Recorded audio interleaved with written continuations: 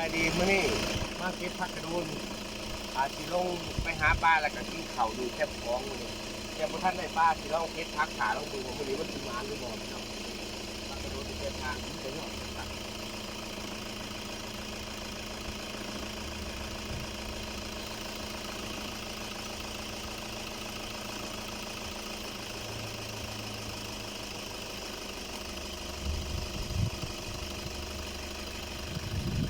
หลายๆเนาะมื้อนี้วันผิดไปกินข้าวอยู่แคบท้องไปหวานแหมีแหไปประเดะไปลวกโอ้โหหอมครบเรียบร้อยผักมาเด้อพี่น้องเด้อ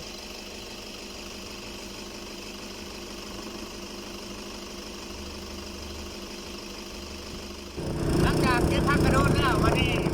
สิไปหวานแหนะพี่น้องวันนี้ไปกินข้าวดูของแล้วก็เก็บผักไว้ก่อนจักสิได้หรือบ่ปลานี่ไปวันนี้ทีมงานพ่อด้วย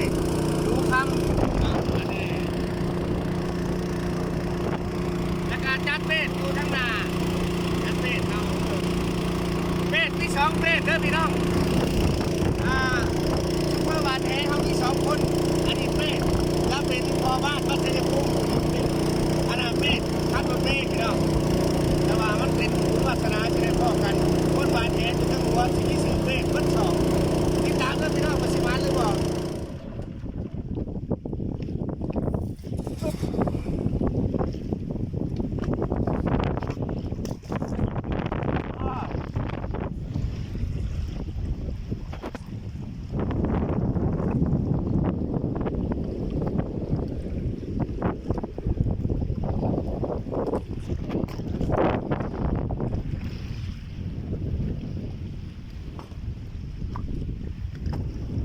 ย่องบุบินระวังมันไหลมาโฮมหันเด้อ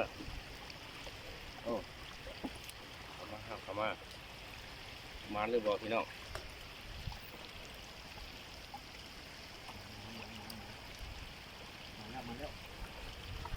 มาแล้วตัวหนึ่งเลยตัวหนึ่ง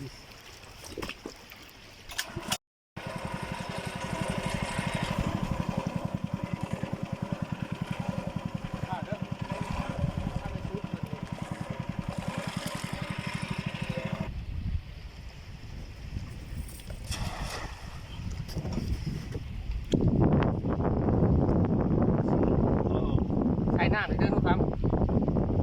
เอาค้างใช้แง่ใช้น้ำลูกปลาแซ่บ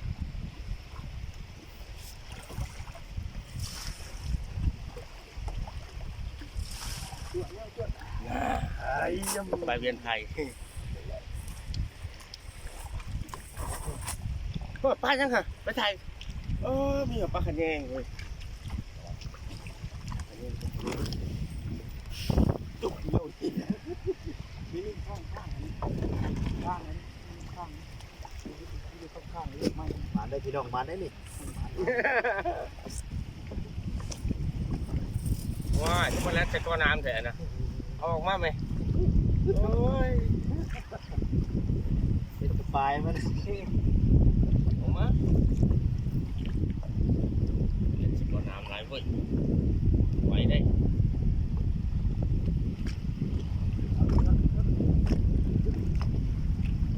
จึ๊กนี่เข้าไปนี่วานให้แกนลูกงอนี่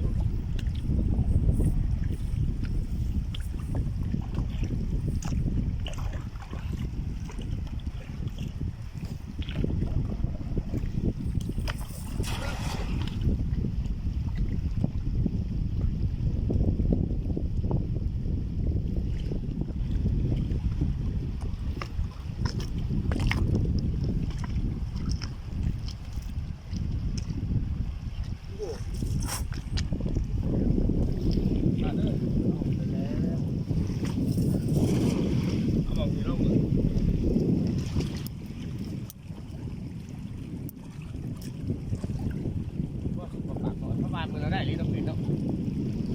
เดี๋ยวยัด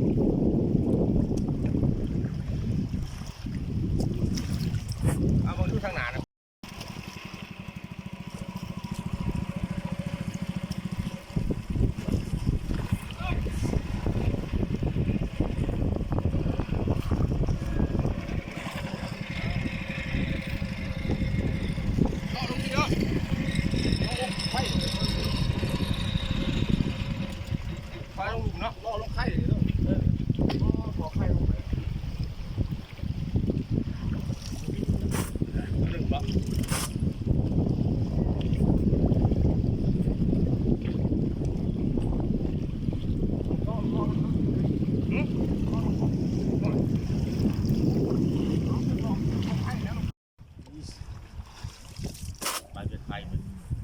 อยก็ได้บ่เป็ดปลาอื่นไทยบ่ได้แล้ว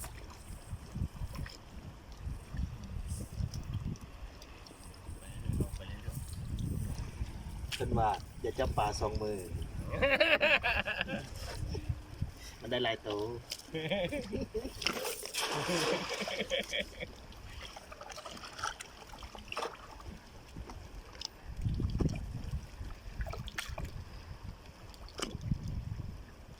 แล้วพยายามจับปลาสองมือก็จับปลาทูเด้อมันบ่ดีมันอยู่ในช่องแขน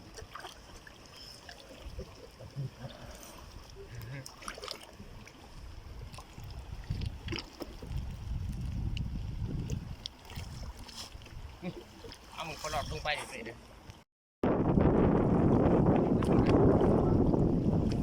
มันก็ปลาขึ้นทางหน้าจะตายมันตายมาเนี่ย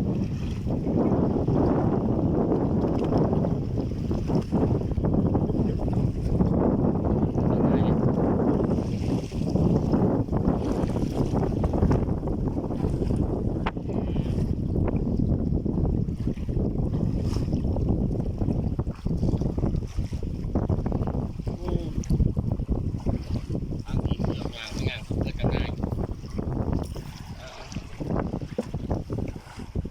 อากาศหนาวดื่มน้ำดื่มโลมาคำอากาศหนาวเด้อนี่นี่ผมว่ามาแซ่บเลย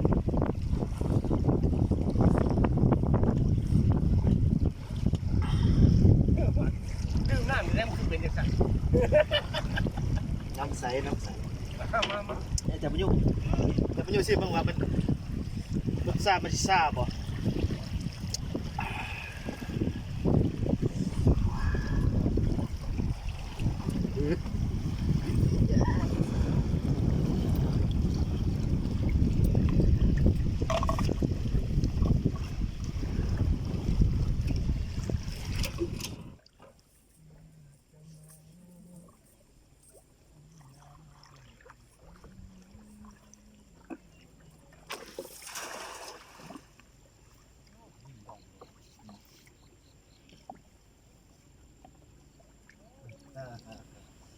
โตแล้ว ดินดองมาเป็นยังไงดินดองเป็นยังไง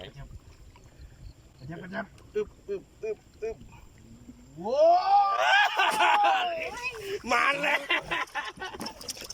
เอาแฮที่สองแฮที่สองแฮที่สองแฮมานุคามาโพสอยู่ตลาดกล้องคือ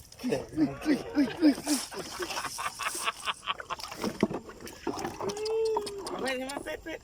เอาอีกเป็ดเอาอีกเป็ด ห้องเสียวิดีโอเด้อ แล้วนุคาตื่นอ่าง มันพี่น้องมัน เอาเลยไหมเป็ดเอานะในหัวเพื่อนนี่นะ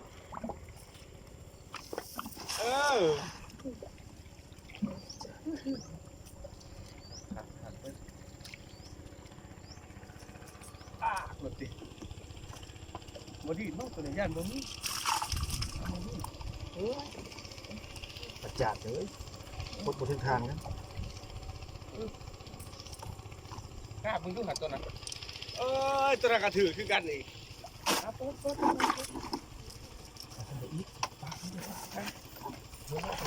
บัตรที่เนี่ยเพลงเราโน้กันเนาะ แม่น เนี่ยเพลงแรก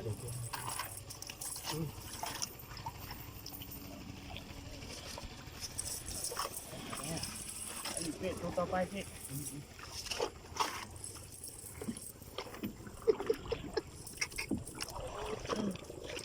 ทำถึงแจ็คพอตเนาะ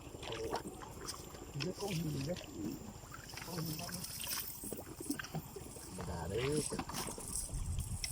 คงถือบ้านเป็นไงไอ้บ่นะอันนี้น้ำบ่ไหลอยู่อันนี้บ่มันเป็น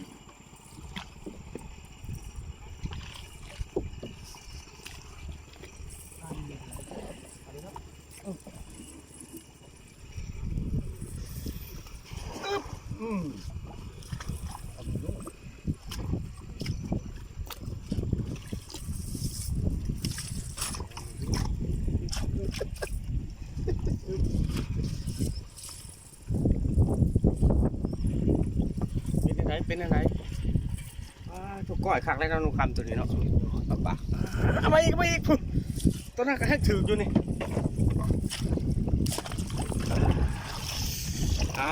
เจ้าพันพี่น้อง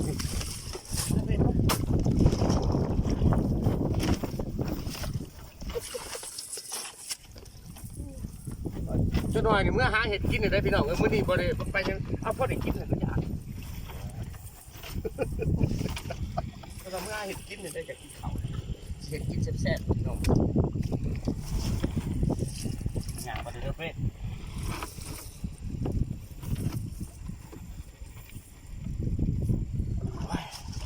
ปากถึงก้อยขันมะนาวถึงปิ้งถึงก้อยนั่น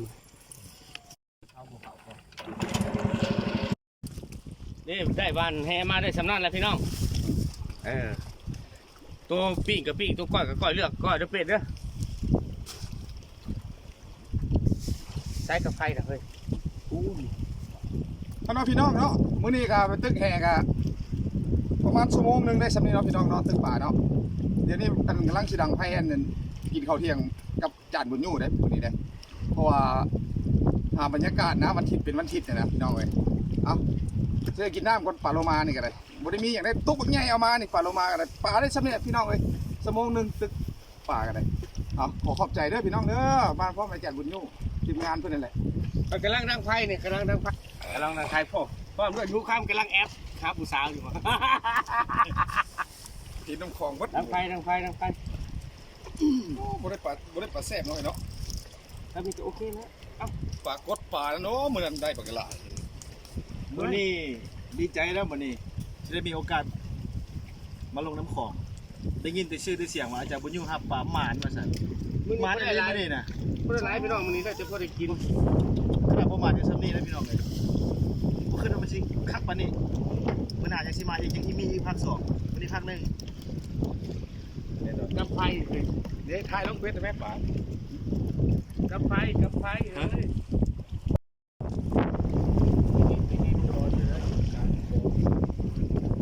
ตั้งไปทีมันปีกปลาพี่น้อง สัญญาณคนอย่างนี้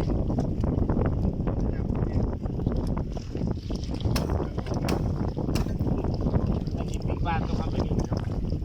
มันจะพอไหม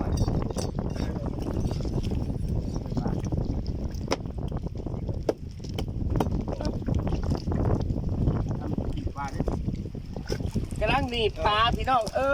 ย10 ปีไงวันนี้มื้อฉันวันดีวันอาทิตย์แต่ลูกค่ำมาว่าสิมาหนักเอาด่วนๆก็เลยได้ปลาซ้ำนี่กับก็ได้กินอยู่พี่น้อง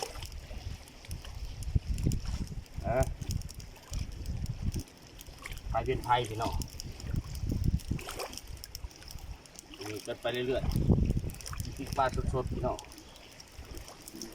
ปลาขี้โก้นี่ก็ก้อยเป็นบ่เป็น เป็นอะไร ก้อยเด้อปลาขี้โก้ บ่ได้เอามีดไม่เอาแต่ผ้าประมาณ มีดเนี่ยในกระปุกเขาได้มีดฮะเขาขาวเขาพ้นซ้ำอยู่แบบธรรมชาติพี่น้องกินแบบธรรมชาตินี่ปลาเปลี่ยนอย่าไปก้อยเด้อพี่น้อง ต้องปิ้งกับต้มเท่านั้นปลาเปลี่ยน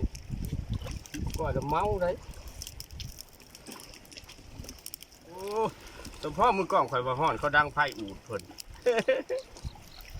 นี่เนี่ยมัดกันพี่น้องเอาเราดีครับก่อยปลาไปนำพี่น้องมื้อนี้มุสันวันดีแล้ว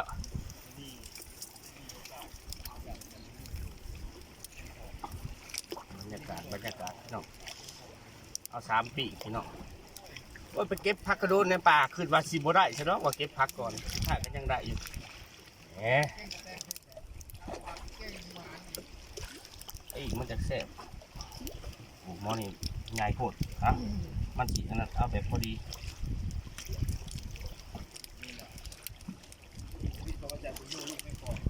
อยู่จังซี่ได้พี่น้อง น้ำสกุลเพิ่นจะไม่คลองอันนี้คันเมื่อใดบ่ได้ลงน้ำคลองที่ว่านอนบ่รับได้อาจารย์บุญยุ่งการหาปลาเป็นอาชีพเสริมแต่งเพลงห้องเพลงเป็นอาชีพหลักมื้อนี้ว่างเข้าพรรษาก็เลย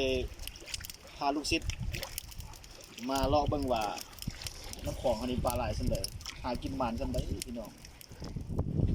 ตอนนี้กำลังสิซอยก้อยเนาะ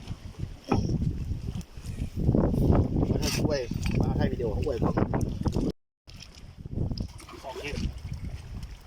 น้ำคลอง ล้างน้ำคลองแล้วยังมาล้างน้ำอนามัยอันปลาโลมาเติมเนาะพี่น้องเนาะอันนี้ซอกิดล้างไว้ซะก่อนเนาะอันนี้ล้างซอกิดออกซื้อเวลาเขาเสียนนั่นซอยสิก้อยแล้วเขาเอาน้ำดื่มอนามัยปลาโลมาล้างละเอียดเขายังซอยก้อยเนาะพี่น้องเนาะ พี่น้องเลย ตอนนี้เขาซอกิดซะก่อนตอนนี้พี่น้องเอ้ย ใจเท่าจะเท่าบ้านเฮาเนาะ กำลังซอกิดปลากำลังสิก้อยให้จานบุญอยู่ บ้านยอง กับลูกศิษย์เพิ่นมาหยามเนาะเดี๋ยวนี้เพิ่นก็กำลังไปปิ้งปลาเดี๋ยวนี้3หีบอันนี้สิซอเก็ดซะก่อนสิ นี่ ซอย กำลังปีกอยู่นี่ปีกปลาพี่น้องนี่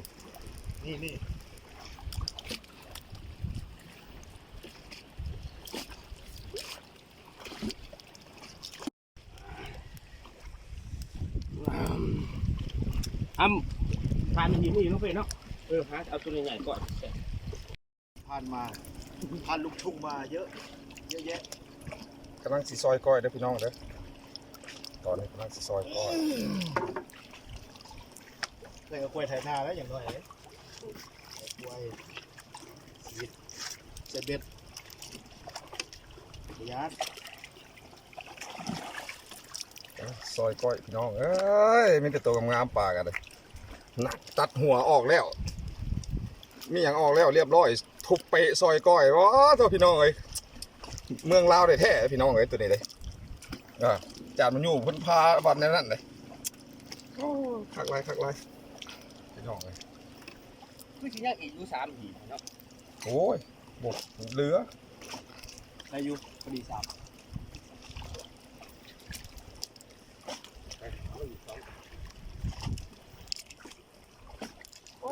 ซอยนี่พี่น้องวิธีซอย ฮะ ซอยตัวนี้ออกไปพี่น้อง แล้ว ตัดหัวพี่น้อง โอ้ยบัตรสิว่า ตัดหัวออกพี่น้อง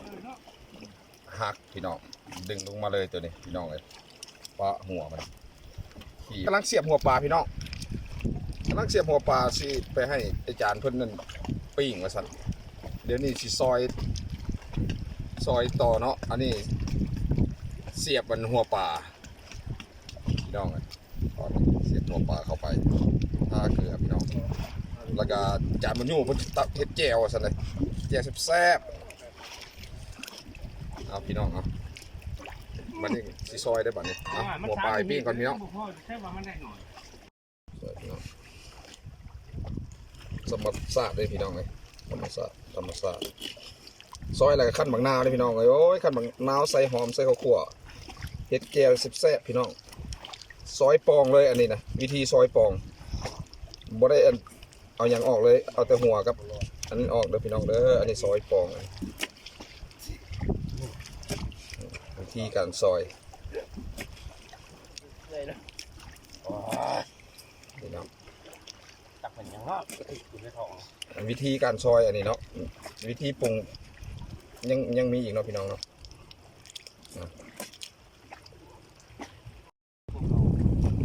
เวียงกันถึงมาเนี่ย เก็บปลาหรือปากว่ะขึ้นรถจักรยับหนีเลย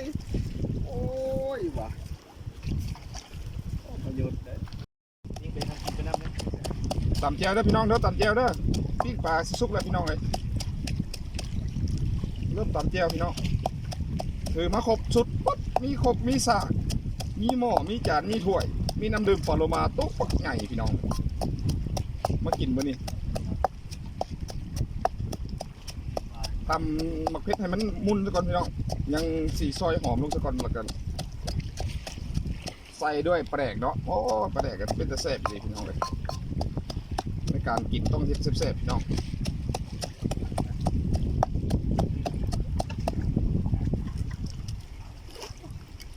นอนหอมพี่น้องเด้อนอนหอมตำแก้วแล้วก็ซีนขั้นชมเลยพี่น้องเฮ็ดแก้วซะก่อนซอยหอมลงซะก่อน ทำอยู่ แข่งก็โมเมนต์นะโมเมนต์ตัด ซอยหอมลงพี่น้อง ไอ้พวกเป็นอะไรพวก มาได้จะเผ็ดนะ พี่ กับว่า ก่อนเนาะพี่น้องเนาะตำให้มันเข้ากันครับอันนั้นหมักเผ็ดปลาแดกตำมันเข้ากับหมักเผ็ดอันนี้ก่อนพี่น้องแล้วมันยังสิใส่อันตอนปลาแดกของพี่น้องปลาแดกโอ้ปลาแดกมีเป็นตอนเป็นตะแสบพี่น้อง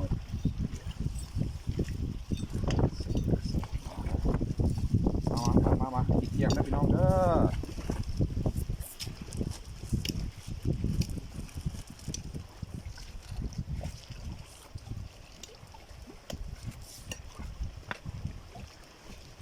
ตอนประเด็กพี่น้อง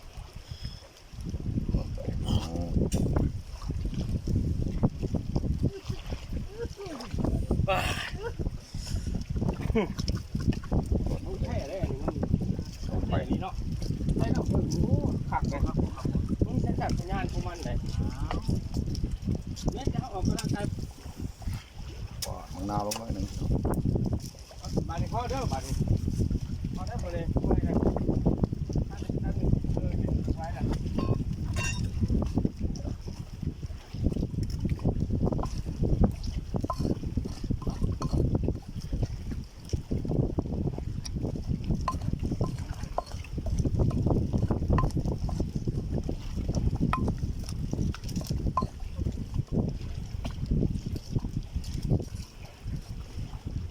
ซิมก่อนพี่น้องซิมก่อน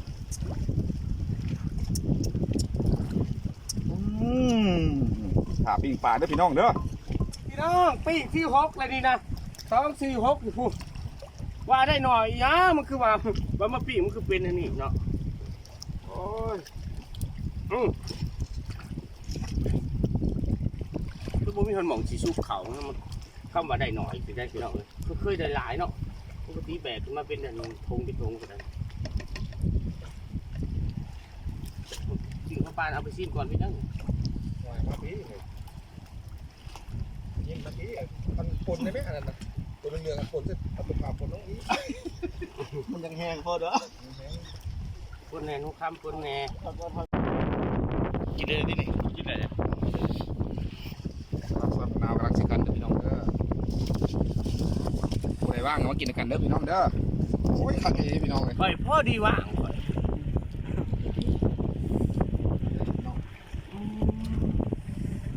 หัวปลาอึม เด้อเจียวพี่น้องเจียวมาคุยนั่นเอง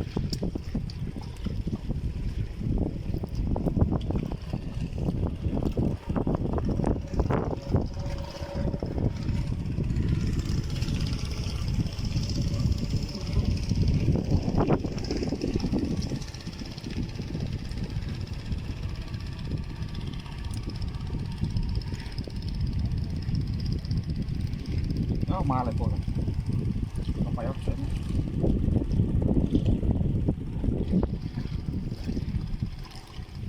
ก็แบบสำเร็จรูปเลยเนาะ หัวจะใกล้แดดแล้วหัวแดดจะพูดนะ เกลือ หัวหางเกลือมาหาเขามื่อนี้กำลังคุ้มอย่างนักพี่น้องคุ้มปีกปลานี่ไม่ได้พกปีกนี่กำลังก่ออยู่นี่นะคุ้มอย่างเป็นตกน้ำนี่อันนี้ใช้เวลาวานชั่วโมงเดียวแล้วนี่พี่น้องเพราะว่ามักกินแบบปลาน้อยนี่มันสิกินได้เบิดกระโตพี่น้องทั้งหัวทั้งทางทั้งขี่อย่างมันสุดยอดเลยเพราะว่ามันแซ่บกินปลาเบิดกระโตนี่พี่น้อง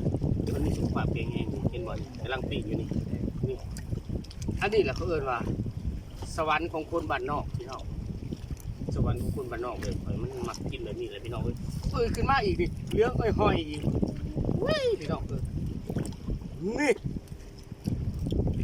อันนี้ยังบ่พอเลยยังมีก้อยได้ซุ่มเห็ดก้อยก็เห็ดอยู่นี่นะตามด้วยน้ำผึ้ง พี่น้องตอนนี้กำลังกันเซียน